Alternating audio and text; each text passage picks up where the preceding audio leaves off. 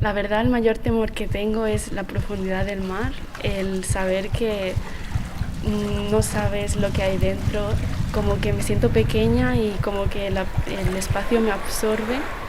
Me asusté bastante, me quedé sin vela, me quedé sin método para navegar y ya oscureció totalmente.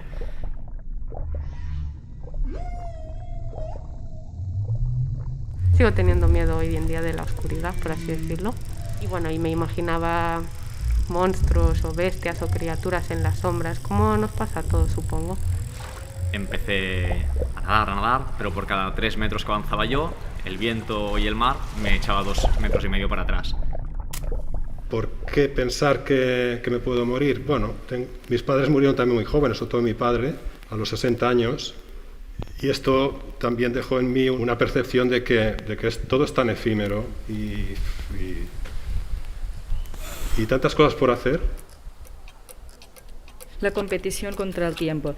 Me da mucho miedo si no puedo encajar con los demás, si no puedo llegar a mi meta y lo peor de todo es los resultados.